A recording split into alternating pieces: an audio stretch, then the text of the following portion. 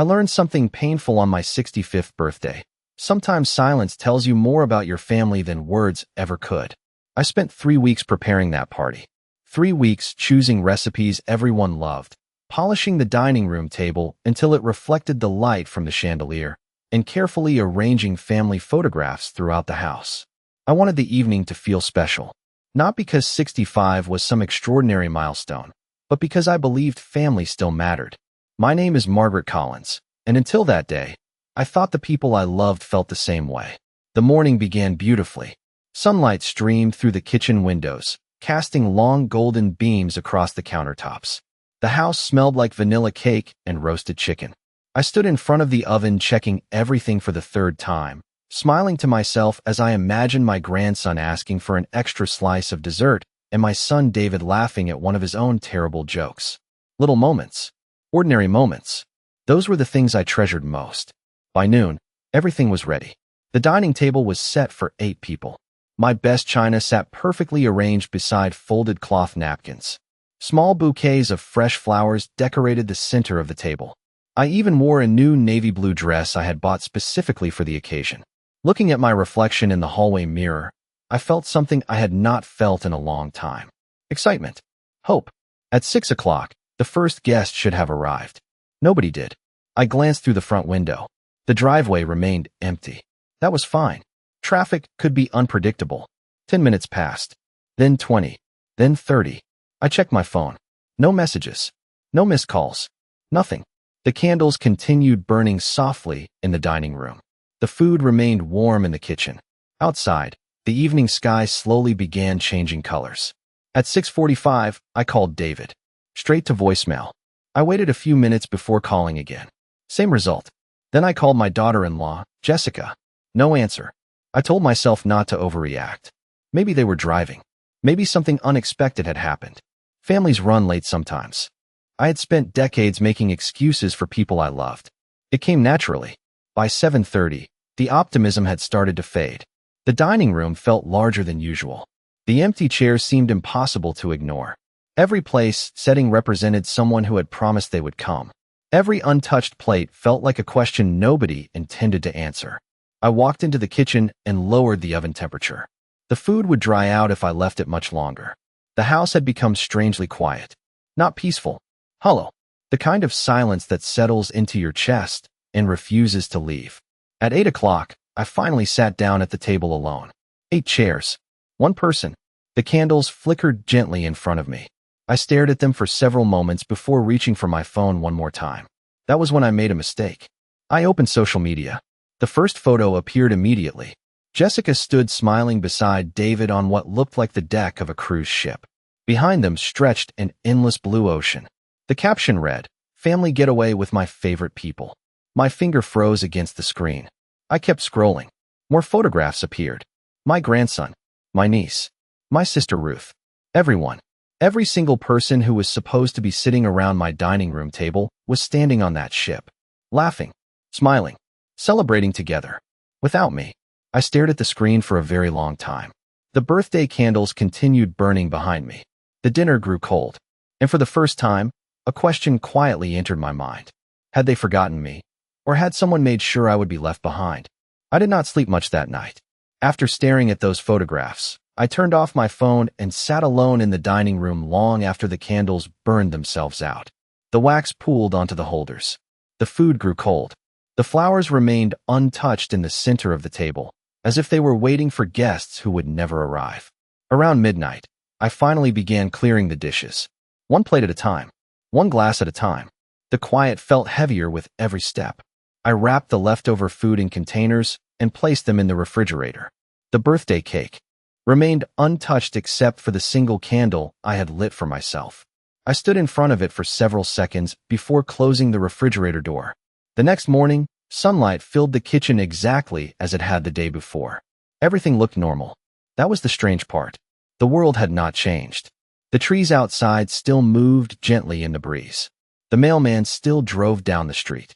Neighbors still walked their dogs. Yet something inside me felt different. Smaller somehow. I made coffee and sat by the window. My phone remained silent. No apologies. No explanations. No messages asking whether I was disappointed. By noon, I finally received a text from David. "Sorry, Mom. We have been really busy. We will talk when we get back." That was all. No mention of my birthday. No mention of the party. No mention of the fact that every person I loved had spent the day together while I sat alone at a table prepared for 8. I read the message 3 times before setting the phone down.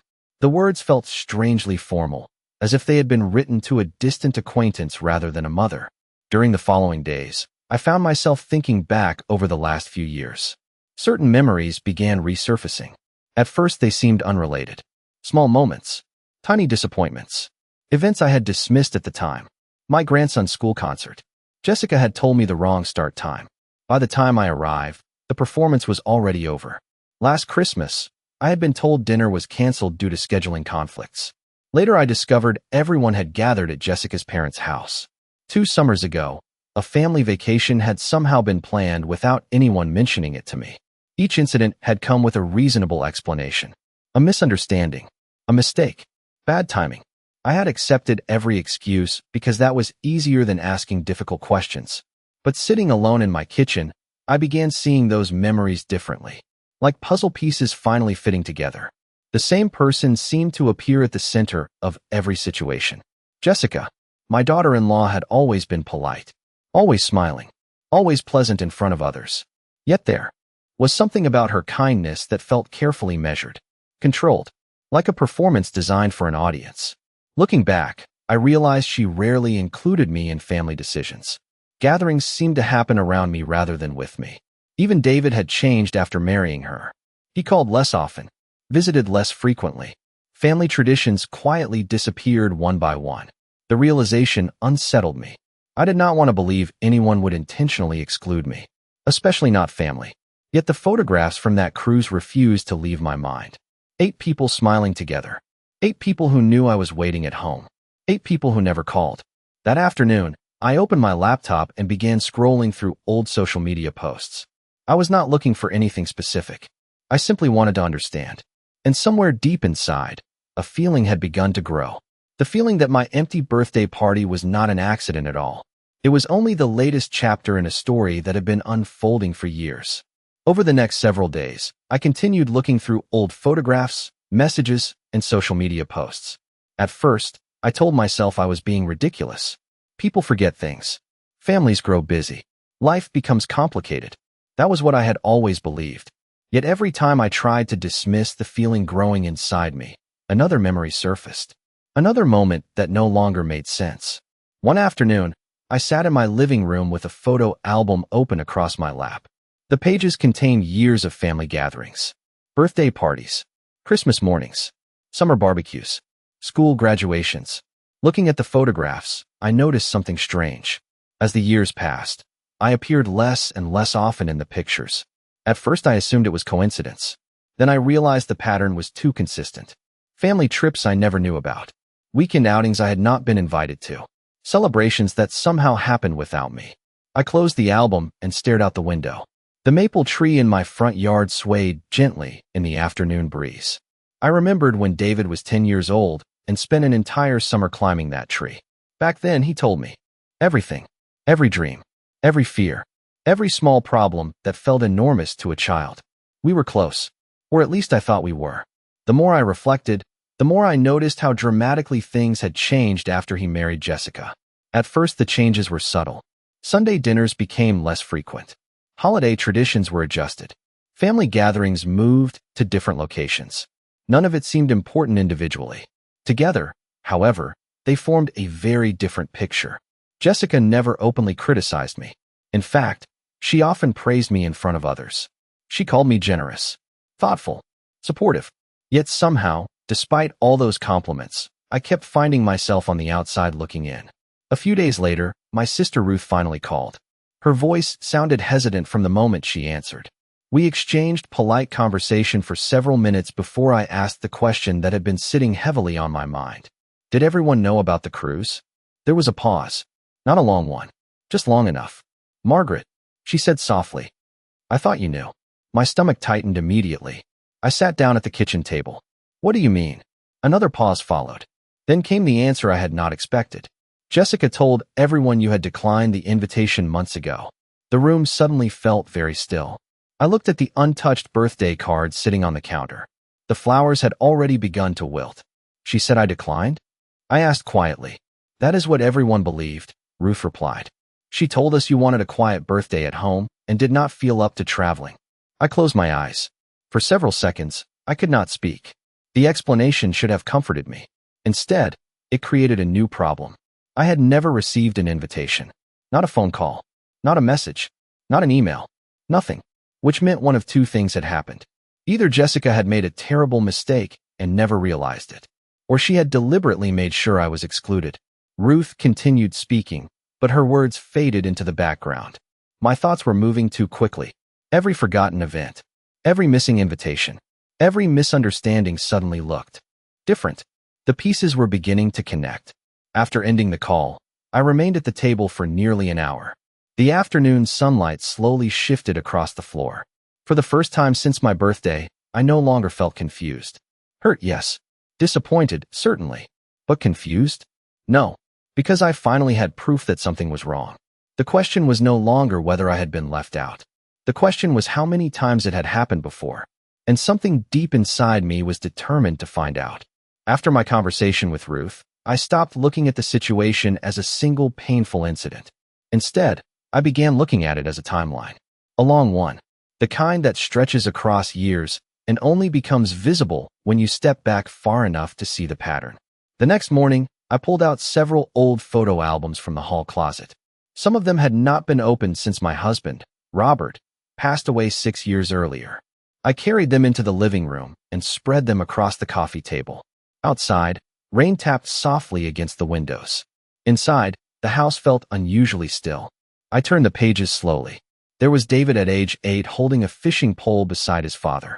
There was our family Christmas from 20 years ago, everyone squeezed together in matching sweaters, laughing so hard nobody could look at the camera. There was Thanksgiving, Easter, graduation parties, anniversaries. For a while, the memories made me smile. Then I reached the more recent years. That was when I noticed something I had never paid attention to before. I was disappearing. Not completely, just gradually. Like someone lowering the volume on a song one click at a time until eventually you barely noticed it was gone. In older photographs, I stood at the center of family gatherings. In newer ones, I was usually missing. If I appeared at all, it was often on the edge of the frame. Sometimes there were entire events I had never even known had happened. Looking through those albums felt like watching someone quietly erase me from my own life. I remembered a summer barbecue 3 years earlier. Jessica had called the night before and explained that the event had been canceled because of bad weather. The next day, I stayed home. Later, I saw photographs online. The barbecue had happened exactly as planned. Everyone attended. Everyone except me. At the time, Jessica claimed the weather improved unexpectedly. I believed her. Then there was my grandson Ethan's baseball championship game. Jessica told me the game had been postponed. 2 days later, I learned it had already been played. Ethan's team had won. Every family member was there to celebrate except his grandmother. Again, there had been an explanation. Again, I accepted it. One memory after another surfaced. Each one small. Each one easy to dismiss on its own. Together, however, they formed something impossible to ignore. The strangest part was David's role in all of it. My son had never been cruel. As a child, he was thoughtful and kind. As an adult, he still seemed kind whenever we spoke. Yet he always appeared unaware. Whenever something happened, David acted surprised, confused, as though he genuinely believed I had been informed. That realization stayed with me. Because if David truly thought I knew about these events, then someone else was controlling the information. Someone else was deciding when I would be included and when I would not. The answer seemed obvious, but I was not ready to fully accept it yet. Late that afternoon, I found myself standing in Robert's old workshop behind the garage. The room still smelled faintly of sawdust and cedar. His tools remained exactly where he had left them. Running my fingers across the workbench, I remembered something he once told me. Pay attention to patterns, Maggie. He said years ago while teaching David how to build a bookshelf. Anybody can explain one mistake. Patterns tell the truth. Standing there, surrounded by memories, I finally understood what he meant. This was no longer about a missed birthday party. It was about years of carefully managed exclusions. And for the first time, I stopped asking whether it was intentional. Instead, I started wondering why. 2 days later, something happened that changed the direction of the entire story. It began with a simple phone call. I was watering the flowers near my front porch when my phone rang. The screen displayed a name I did not expect to see. Emily. My 18-year-old granddaughter rarely called without a reason. Most teenagers preferred text messages. Emily had always been different. Thoughtful. Observant. The kind of young woman who noticed details others overlooked. I answered immediately. Her voice sounded hesitant. Grandma, do you have a minute? There was something unusual in her tone. Not fear exactly. More like uncertainty. Of course, I said. I set the watering can aside and sat down in one of the porch chairs. For a moment, neither of us spoke. Then she finally continued. I have been thinking about your birthday. I looked toward the street. A delivery truck rolled slowly past the house. What about it? Another pause. I do not think you were supposed to find out about the cruise. My grip tightened around the phone. What do you mean? Emily lowered her voice. The day before everyone left, I heard Jessica talking to my dad. She stopped again, choosing her words carefully. She said it would be easier if you stayed home. A cold feeling settled in my chest. I remained silent. Emily continued. Dad asked if you would be upset. Jessica said you would get over it. The breeze moved gently through the trees above me. Everything outside remained peaceful, yet each sentence felt heavier than the last. Did your father say anything else? I asked softly. Not really, Emily admitted. He just nodded. The answer hurt more than I expected. Not because it was shocking, because it confirmed what I had already started to suspect. David was not completely unaware. Perhaps he did not know everything. Perhaps he believed the explanations Jessica gave him. But he had allowed things to happen. Again and again. Emily continued speaking. There is something else. I closed my eyes briefly. Go ahead. Grandma, a few months ago I accidentally saw a family group chat. My heart skipped slightly. What group chat? The family vacation group. She hesitated. Everyone was in it. Dad, Jessica, Aunt Ruth, Uncle Brian, everybody. I already knew what was coming before she said it. Except me, I whispered. Except you, she replied quietly. For a few seconds, neither of us spoke. The silence between us felt different from the silence of my birthday. This silence carried truth. Emily was giving me something I had been missing. Not assumptions. Not suspicions. Facts. After we ended the call, I remained on the porch for nearly an hour. The watering can sat forgotten beside my chair. My flowers no longer seemed important. Instead, I replayed every word she had said. A family group chat. Vacation plans discussed openly. Conversations happening for months. And my name nowhere to be found. What surprised me most was not the exclusion itself. It was how organized it appeared. This was not a last-minute misunderstanding. This was a system. A pattern. Something that had likely been happening much longer than I realized. Later that evening, I opened my laptop again. This time, I was not looking through photographs. I was making notes. Dates. Events. Conversations. Small details that had once seemed insignificant. The more I wrote, the clearer the picture became. Jessica had not simply excluded me from one birthday celebration. She had been quietly reshaping the family's world for years. One event at a time. One conversation at a time. One omission at a time. And for the first time since all of this began, I felt something stronger than sadness. Clarity. Because once you understand what is happening, you stop questioning your instincts. And once I stopped questioning them, I knew exactly what I needed to do next. The next morning, the air in the house felt different. Margaret brewed a cup of coffee and carried it to the living room, setting it carefully on the side table beside her favorite chair. The sunlight spilled softly through the curtains, illuminating the pages of the notebook she had begun filling with dates, events, and conversations from the past year. Each entry was meticulous, every detail recorded in a calm and methodical manner. As she flipped through the pages, she realized that patterns were emerging. Conversations that had seemed casual at the time now appeared deliberate. Invitations she thought had been overlooked were actually omitted. Small gestures, subtle. Comments. The way plans had shifted over months. All of it pointed to the same conclusion. Her family, led subtly by Jessica, had been controlling the flow of information, deciding what she would know and what she would not. Margaret did not feel anger at first. She felt clarity. She understood exactly what had been happening, and for the first time, she no longer questioned her instincts. Later that day, she called Ruth, her sister, to discuss the discoveries. Their conversation was careful and quiet, each word measured. Ruth confirmed a few additional details, unintentionally filling in gaps Margaret had not noticed. It was not only about the birthday cruise. It was a series of exclusions, a web of omissions, and selective communication that had gradually isolated her from events she had once been central to. That afternoon, Margaret moved to the study, where she had neatly organized the legal and financial documents she had gathered over the years. She reviewed them carefully, not out of panic, but as a deliberate process to ensure that her affairs were fully in order and completely under her control. Every account, every contract, every legal document was intact and in her possession. Nothing could be changed without her knowledge or consent. The sense of control brought a quiet reassurance, and with it, a new sense of resolve. That evening, as she prepared a simple dinner for herself, Margaret reflected on the pattern she had observed. Each exclusion, each slight, each omission had been small enough to be dismissed individually. But collectively, they formed a story of subtle manipulation. She realized that if she had continued to ignore these small incidents, the consequences could have grown far worse over time. Now, armed with knowledge, she felt empowered. She set the table for one, placing her meal and a glass of water neatly in front of her, and sat down calmly. Her thoughts were steady, focused, and deliberate. Every decision she had made leading up to this point had been thoughtful, each action measured and intentional. The understanding she had gained over the last several days allowed her to see her family in a new light, to recognize patterns, and to plan her responses carefully.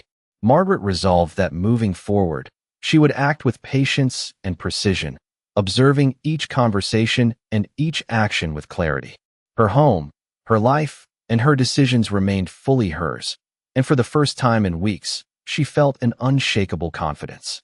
This was not the end of the story, but it was the moment she regained control, not with anger or confrontation, but with quiet, deliberate awareness that would guide every step she took from that day onward.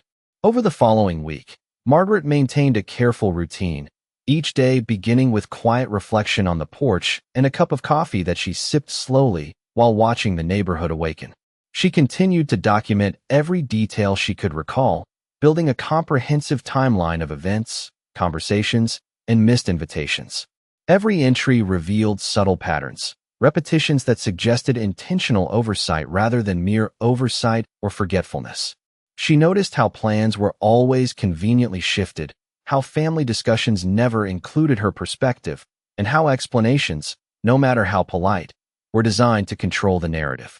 The more Margaret observed, the more she understood that the exclusion she experienced on her birthday was part of a broader pattern, one that had unfolded gradually over years. She reviewed photographs, emails, and social media interactions again, each piece confirming what she had begun to suspect. Jessica had orchestrated situations carefully, ensuring that Margaret remained unaware of key family events. Margaret did not feel overwhelmed by anger. Instead, she felt focused. She reviewed her financial and legal documents to confirm that her affairs were in order, ensuring that her home, her savings, and her decisions remained fully under her control. With each verification, her confidence grew. She began planning how to navigate upcoming family interactions, not in haste, but with precision. By midweek, she began subtly testing the waters. She initiated casual calls to David, asking about trivial matters and noting how he responded, how much information he shared, and what he omitted. She noticed the nuances, hesitation, deflection, and the small ways in which information was curated before it reached her. Margaret recorded everything, aware that knowledge was power, and that careful observation would allow her to respond effectively when the time came. One evening, Emily called again. This time, she offered additional insight into family plans and Jessica's subtle influence over decision-making. Margaret listened attentively, asking measured questions, allowing her granddaughter to reveal information without feeling pressured. By the end of the call, Margaret had a clear picture of the dynamics she faced and the roles each person played in excluding her. That night, she prepared a modest dinner for herself and sat alone in the dining room, surrounded by photographs and mementos that reminded her of the life she had built, the sacrifices she had made, and the love she had consistently given. As she ate, She contemplated the next steps, considering carefully how to confront patterns of exclusion and manipulation while maintaining composure and dignity. She did not rush. She did not react impulsively. Instead, Margaret allowed the quiet of her home to reinforce her sense of purpose, understanding that true empowerment lay not in confrontation, but in awareness, planning, and the patient execution of a strategy that would ensure her voice was heard and her place in the family respected. As the evening shadows lengthened and the streetlights flickered on outside, Margaret felt a steady determination. She was no longer a passive participant in her family's life. She had begun to observe, to document, and to understand, and with that clarity, she knew she could navigate the coming days with a confidence she had not felt in years. The opportunity arrived sooner than Margaret expected. 3 days later, David called and invited her to a family dinner the following Saturday. His tone sounded unusually cheerful, almost rehearsed. He explained that everyone wanted to spend time together now that the cruise was over. Margaret listened quietly and accepted the invitation without hesitation.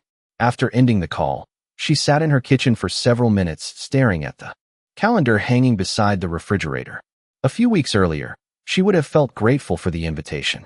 Now she viewed it differently. This was not simply a dinner. It was an opportunity to observe. Saturday evening arrived with clear skies and mild temperatures. Margaret drove to David and Jessica's house shortly before 6 o'clock. The neighborhood looked peaceful.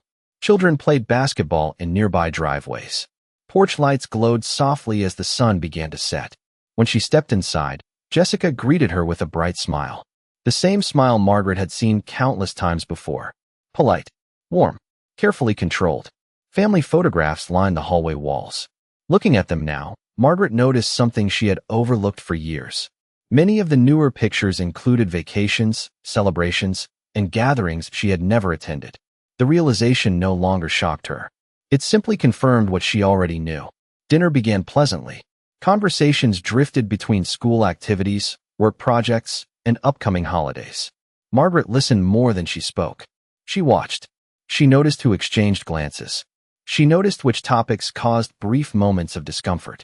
Most importantly, she noticed how often Jessica guided the direction of every discussion. It was subtle. A suggestion here, a correction there, a change of subject at exactly the right moment. Most people would never have recognized it. Margaret recognized all of it. Halfway through the meal, Ethan mentioned a lake cabin trip planned for later in the fall. The moment the words left his mouth, silence settled briefly over the table.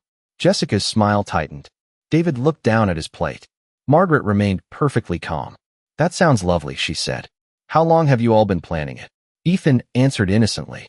"Since the summer." Another silence followed, a very revealing one. Jessica quickly redirected the conversation towards sports and school activities, but the damage had already been done. Margaret had received another piece of information, another event, another gathering, another plan discussed for months without her knowledge. Yet this time something was different. Instead of feeling hurt, she felt detached, observant, almost analytical. The pattern had become so obvious that it no longer required confirmation. After dinner, Margaret stepped onto the back patio carrying a glass of iced tea. Emily joined her a few minutes later. The evening air felt cool and refreshing. Neither spoke immediately. Finally, Emily glanced toward the kitchen window where the rest of the family continued talking inside. "You see it now, don't you?" she asked quietly. Margaret nodded. "Yes." Emily looked relieved. "I was worried you would never notice." Margaret smiled gently. "I noticed. I just did not want to believe it." They stood together in comfortable silence. For the first time in weeks, Margaret felt completely certain about what had happened and why. The confusion was gone. The self-doubt was gone. The endless search for explanations was gone. In their place stood clarity. When she drove home later that evening, the streets were nearly empty. The dashboard clock glowed softly in the darkness. As she turned into her driveway, a surprising sense of peace settled over her. She had spent years wondering why she felt increasingly distant from her own family. Now she knew. And once the truth becomes visible, it can never be hidden again. The next step was not confrontation. It was preparation. Because for the first time, Margaret was no longer reacting to the story others had written for her. She was preparing to write her own. The following Monday morning, Margaret woke before sunrise. The house was quiet except for the soft ticking of the clock in the hallway. She sat at the kitchen table with a cup of coffee and looked out the window as the sky slowly brightened. For weeks, she had been collecting pieces of a puzzle. Now the picture was complete. The hurt had not disappeared, but it no longer controlled her. Understanding had replaced confusion. Clarity had replaced doubt. And with that clarity came a decision. Later that afternoon, she called David and invited him to dinner. Just him. No Jessica. No other family members.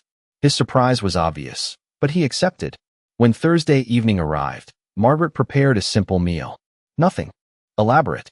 Just enough to create a comfortable space for an honest conversation. When David arrived, he looked tired. Older than she remembered. They sat together in the dining room where the birthday celebration had never happened. For a while, they talked about ordinary things. Work, weather, Ethan's school activities. Then Margaret reached into a folder resting beside her chair. She removed several photographs and placed them on the table. Pictures from family events she had never attended. Vacations she never knew about. Gatherings planned without her. David stared at them silently. Margaret said nothing. She simply waited. Finally, he looked up. "Mom, what is this?" His voice sounded uncertain. "I think you already know," she replied calmly. The room became very quiet. Margaret did not accuse him. She did not raise her voice. She simply explained what she had learned. The cruise. The missing invitations. The family group chat. The conversations Emily had overheard. One fact at a time. No drama. No anger. Just truth. As she spoke, David's expression changed. Confusion gave way to realization. Realization gave way to discomfort. Several times he opened his mouth as if to explain, then stopped. When she finished, he lowered his eyes. "I thought you knew about most of those things," he admitted quietly. Margaret nodded. "I know." The answer seemed to surprise him. "Jessica usually handled invitations," he continued. "I never questioned it. There it was. Not cruelty. Not hatred. Something far more common and far more dangerous. Passivity. He had allowed someone else to shape the family's relationships while assuming everything was fine. Margaret looked at her son and saw something she had not expected. Regret. Genuine regret. For the first time in years, he seemed to understand the consequences of his silence. They talked for nearly 2 hours. Not every answer was satisfying.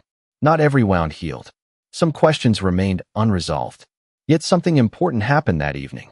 The truth finally entered the room. No excuses. No misunderstandings. No carefully managed narratives. Just truth. Before David left, he stood in the doorway for several seconds. "I am sorry, Mom." The words came quietly. Margaret believed he meant them. Whether they could undo years of exclusion was another matter entirely. After he left, she walked through the house, turning off lights one by one. When she reached the dining room, she paused. The same room that had once held 8 empty chairs now felt different. Not because her family had changed overnight. Not because every problem had been solved. It felt different because she had changed. She no longer measured her worth by invitations, phone calls, or whether someone chose to include her. She understood her value independent of their choices. Standing beside the window, she looked out at the neighborhood lights glowing softly in the darkness. Family is supposed to be built on love. But love without respect eventually becomes something else. The lesson she carried forward was simple. Never allow someone else's version of your story to become your truth. Sometimes the most powerful thing a person can do is stop waiting for a seat at a table where they are not valued and remember that they have spent a lifetime building their own. And for the first time since her 65th birthday, Margaret smiled without sadness.